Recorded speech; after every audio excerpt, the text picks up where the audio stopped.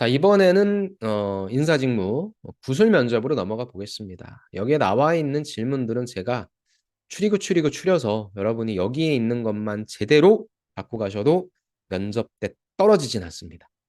대답을 잘하시면 붙습니다. 그러니까 면접 질문을 늘리려고 하지 마시고요. 최대한 간소화시켜서 그 내용 안에 좀 많은 걸 담으셔서 다른 질문이 나올지라도 이 질문은 내가 이번에 인사직무 지원 동기로 이야기하면 되겠구나. 이런 인사이트를 갖고 가시는 게 좋습니다. 자, 1번입니다. 자기소개죠. 자기소개 해보십시오. 자기소개는 늘 말씀드리지만 어떤 것도 좋습니다. 대신에 인사팀이니까 딱 그 사람의 느낌이란 게 중요하겠죠. 왜? 인사팀은 그 기업의 얼굴이죠. 얼굴. 왜냐면은 결국엔 뭐 여러분도 결국에는 채용 담당자를 제일 먼저 만나는데 어디서 채용 담당자가 막 와서 말도 못하고 이미지도 그렇고 하면 어때요? 저 기업은 왜 저런 사람이 채용 담당을 하지? 이상하잖아요. 그 기업에 대한 이미지가 그 사람으로 인해서 딱 낙인 찍혀버리는 거죠. 자기소개 때, 이 지원자가 우리 구성원분들과 많은 커뮤니케이션 할 텐데 이런 느낌이구나. 그래서 전 느낌, 비언어 깔끔하게 하고 가시고 가급적이면 말씀하실 때도 절지 마시고 스무스하게 좀, 좋다, 느낌 좋다. 이렇게 나올 수 있게 해주세요. 내용은 뭐 그렇게 크게 중요하지 않습니다. 두 번째 갑시다. 2번은 인사직무 지원 동기죠. 왜 인사를 지원했냐? 인사에 관련된 전공은 없죠. 그러니까 다 할 수 있어요. 그런데 보통 인문상경계 분들이 지원을 많이 하실 거고 보통 많이 지원하는 전공 자체가 뭐 경영 요쪽이 그나마 아니면 심리 요쪽이 그나마 전공 과목이 좀 연계되어 있는 게 있으니까 나머지는 뭐 다 상관없죠. 그러니 왜 인사 쪽에 지원했는지를 당연히 물을 겁니다. 직무 지원 동기를 말씀하실 때 제일 쉬운 건 뭐예요? 이 직무를 내가 제일 잘할 것 같아서 지원했다. 이러면 끝이에요. 직무 지원 동기 어렵게 만들 수가 없어요. 그냥 내가 좋아해서 지원했다. 어쩔 거예요? 그 뒤에 대신에 뭘 붙여주면 돼요? 왜 좋아했는지가 중요한 게 아니라 그래서 뭘 준비했는지가 중요한 거죠. 이게 포인트예요. 여러분들이 많이 실수하는 게 뭐냐면 내가 이거를 선택하게 된 계기에 대해서 뭔가 되게 당위성을 많이 부여하려고 하는데 관심 없어요. 중요하지도 않아요. 인사 누구나 다 할 수 있어요.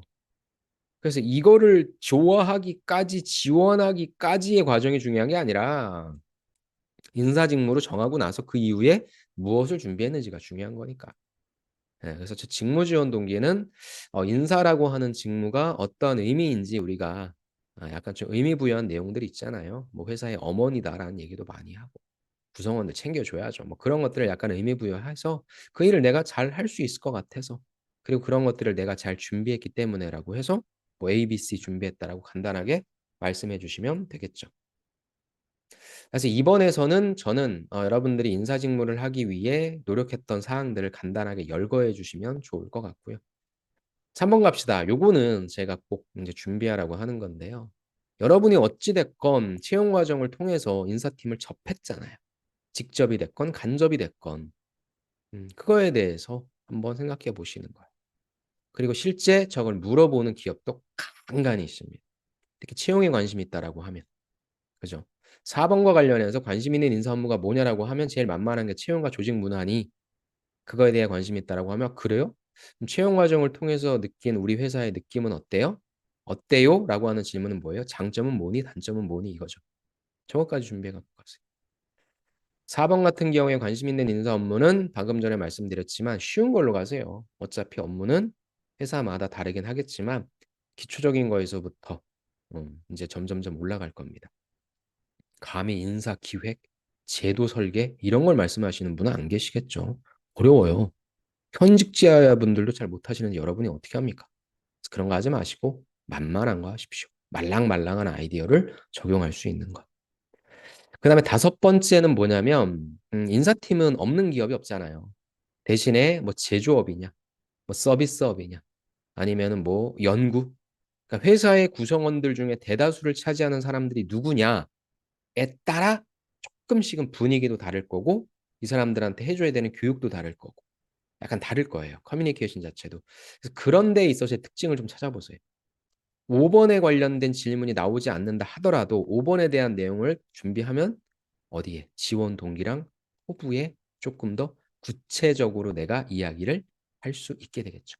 그 디테일이 굉장히 큰 메리트를 줍니다. 그래서 그렇게 준비하시고. 6번은 당연히 최근 생각나는 인사 관련된 이슈. 최근 생각난다. 지금 제가 이걸 찍고 있는 시점에서는 당연히 뭐 승진이 되겠죠. 여러분들이 연말에 들어간다라고 하면 보상이 될 수 있을 것이고, 아니면은 뭐 조직 문화는 뭐 늘 이야기가 나오는 거니까 해당 기업에 관련된 인사 이슈 있으면 꼭 챙겨주시고, 아니라고 한다면 큰 관점에서 채용이 됐건 아니면은 뭐 보상이 됐건 조직 문화가 됐건 그런 데 있어서의 인사 관련된 이슈는 꼭 챙겨주시기 바랍니다. 자, 그 다음에는 이제 역량으로 가볼까요? 그렇다면 물어보겠죠. 그럼 당신이 생각했을 때 필요한 역량이 뭐냐? 7번이죠. 그럴 경우에는 앞서 제가 처음 보여드렸던 네 가지 역량, 그걸 말씀해 주셔도 되고, 아니면 이제 여러분들이 정의 내려주시면 돼요. 사실 모든 게 다 정답이니까. 그래서 필요 역량에서는 내가 하나를 구체적으로 얘기할 것이냐, 아니면은 여러 가지를 역시 나열할 것이냐. 어. 그래서 필요 역량이 뭐라고 생각합니까? 라고 하면은 저는 열거를 할 것 같고요. 8번처럼 인사 직무를 위해 가장 노력한 경험은 무엇입니까? 라고 하면 전 집중적으로 하나를 던져줄 것 같습니다. 자, 그 다음에 9번은 무엇입니까? 상대방을 설득한 경험인 거죠. 여러분들이 갖고 있는 스토리 중에서 하나는 어찌됐건 인사는 많이 설명해야 되고 궁극적으로 설득해야 됩니다. 그런 경우가 많아요. 그래서 설득했다라고 하는 여러분의 설득 비결을 나타낼 수 있는 그런 기술적인 부분을 제시해서 했던 경험을 제시해 주시면 되고, 10번도 많이 발생하죠. 다른 사람과 갈등이 발생한다면 사실 뭐 인사팀이랑 싸우는 분들은 많지는 않습니다. 현업에서는 인사팀을 그래도 좀 장벽이 높다라고 보기 때문에 또 인사팀한테 잘못 보여서 좋을 건 없잖아요. 사람들이 다 조심스럽게 이야기를 하는데 이게 겉으로 갈등만 아니지 실질적으로는 약간의 논쟁은 있을 수 있겠죠. 이견은 있을 수 있겠죠. 그런 경우에 여러분이 또 어떻게 저 부분을 해결하는지, 저 10번이라고 하는 부분의 갈등 해결을 결국 여러분들이 설득했다로 끌고 간다면 9번과 10번도 같이 더 할 수도 있을 거예요. 하지만 일단 면접장에 가실 때는 설득이라고 하는 개념의 소재 하나를 갖고 가시고, 갈등의 관점으로도 그 소재를 만들어 주시든가 아니면 다른 소재로서 갖고 가시는 것도 좋을 것 같습니다. 그래서 지금 8번, 9번, 10번은 다 7번의 하위에 속하는 것들이죠. 이렇게 해서 그럼 난 7번엔 3개 뿌리고 하나씩 8번, 9번, 10번을 디테일한 역량으로 가져가겠다. 이렇게 생각하셔도 된다는 거예요. 11번은 이건 뭐 워낙에 많이 나오는 거라 도전적 목표 설정 후 성과 창출한 경험. 결국 인사도 임직원들을 대상으로 하는 마케팅 활동이라고 했잖아요. 그러니까 성과가 중요합니다. 어떻게 보면 인사가 일을 잘한다 못한다라고 하는 지표를 어떻게 나눌 수 있냐라는 건데, 쉽게 얘기해서 잡음이 별로 안 나오면 돼요. 뭐 되게 좋다라는 것은 바라지도 않는데 뭐 우리 회사 이야기가 뭐 별로 안 나와. 사람들이 일에 집중해. 특별히 뭐 회사에 대한 불만이 없어. 이게 일 잘한 거죠. 인사는 그걸 하기 위해서 일하는 거니까. 그래서 성과 창출이라고 하는 부분을 갖고 왔고, 저 11번 같은 경우에는 뭐예요? 도전적 목표가 무엇인지 목표를 구체적으로 설정을 해주시면 좋을 것 같아요. 자, 12번에 상사의 부당한 업무 지시를 받는다면 이 부분은 상황 면접이죠. 상황 면접인 경우에는 두 가지로 나누면 된다라고 늘 말씀드렸습니다. 그래서 부당한 업무 지시니까 저 부당한 업무 지시가 어떠한 업무냐에 따라 좀 그 성격에 따라 달리할 것 같다 해서 뭐 법적인 거라든지 원칙을 어기는 걸 지시했다라고 한다면 뭐 나는 내 나름대로 어떻게 할 것 같다. 그다음에 어, 이게 법적인 거나 원칙을 어기는 건 아니에요. 뭐 효율성을 최대한 증대시키기 위해서 하는 거다라고 하면 뭐 따라줄 것 같다라고 해서 뭐 일단 두 가지로 나눠서 어떻게 행동할 것 같다. 그 이유는 역시. 그래서 뭐 정답은 없습니다. 대신에 무조건 하겠다. 무조건 하지 않겠다. 그냥 극단으로 가는 것만 좀 조심을 해주시면 좋을 것 같고, 저 상황 면접은 제가 유튜브에 안정형 상황 면접이라고 찍어놓은 게 있으니까 그걸 보시면 더 좋을 것 같습니다. 자, 이제 마지막입니다. 인사니까 당연히 노조에 대한 부분. 요즘에는 이제 노조 없는 기업이 거의 없죠. 그러다 보니까 노조에 대한 생각이 어떠냐라는 질문이죠. 노조가 있는 게 좋고 없는 게 나쁘고 이런 게 아니죠. 노조라고 하는 부분은 분명히 필요성이 있으니까 만들어진 거겠죠. 여러분이 대학교 때 학생회장이 있는 것처럼 학생회를 대표하는 거잖아요. 대표 기관이니까. 대신에 이제 문제는 뭐냐면 학생회장이 비리를 저질러요. 나쁜 짓을 해. 본인이 돈을 챙겨. 이런 게 문제잖아요. 학생들의 의견을 제대로 전달하고 입장을 제대로 전달해서 학생들의 권리를 잘 찾아주고 결국에 학생과 학교가 한 방향을 보고 학교도 발전하고 학생들도 뭐 학업에 충실할 수 있는 그런 분위기를 형성해 준다면 최고죠. 그럼 당연히 있어야 되는 거잖아요. 노조도 똑같아요. 있어야 된다, 없어야 된다가 아니라 있다라고 한다면 어떻게 잘 운영되는 것이 좋다라고 생각한다. 그래서 그 중간에다가 노조는 어떤 면에 있어서 참 좋은 것인데 문제는 뭐냐면 노조 활동이 변질되니까 그 노조 활동을 한다라고 하면 원래 목적대로 하는 것이 좋다고 생각한다.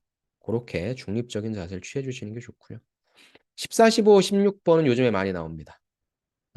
그래서 직원들은 왜 회식을 싫어한다고 생각합니까? 라고 할 수도 있고 아니면 15번에 MZ를 끌고 와서 MZ분들은 왜 회식을 싫어해요? 라는 거죠. 근데 저건 어차피 뭐 생각을 알고자 하는 거니까 뭐 여러분의 생각을 이야기해 주시면 돼요. 그래서 뭐 싫어한다라고 한다면 이런 부분 때문에 뭐 싫어할 것 같다. 그 다음 뒤에 나오는 내용이 중요하겠죠. 그래서 그 다음에 내용을 그래서 회식을 한다면 저는 이런 방향의 회식을 하면 좋을 것 같습니다라고 하는 아이디어를 제시하는 게 좋을 것 같고 아니면은 뭐 여러분의 이야기를 집어넣을 수도 있겠죠. 근데 나는 괜찮다. 라고 해서 저는 전혀 문제가 없습니다. 이렇게 얘기해 주시는 거. 그래서 저 14번에 대한 이유 자체가 길면 구체적인 데이터를 갖고 올 수 있으면 좋을 텐데 그럴 확률은 좀 낮으니 그 뒷단에다가 내가 어떤 이야기를 좀 더해 줄 것인가. 요걸 좀 고민해 주시면 좋을 것 같네요. 15번도 마찬가지죠. MZ는 왜 상대적으로 빨리 퇴사하는가라는 부분에 있어서. 이런 것 때문에 빨리 퇴사하는 것 같다.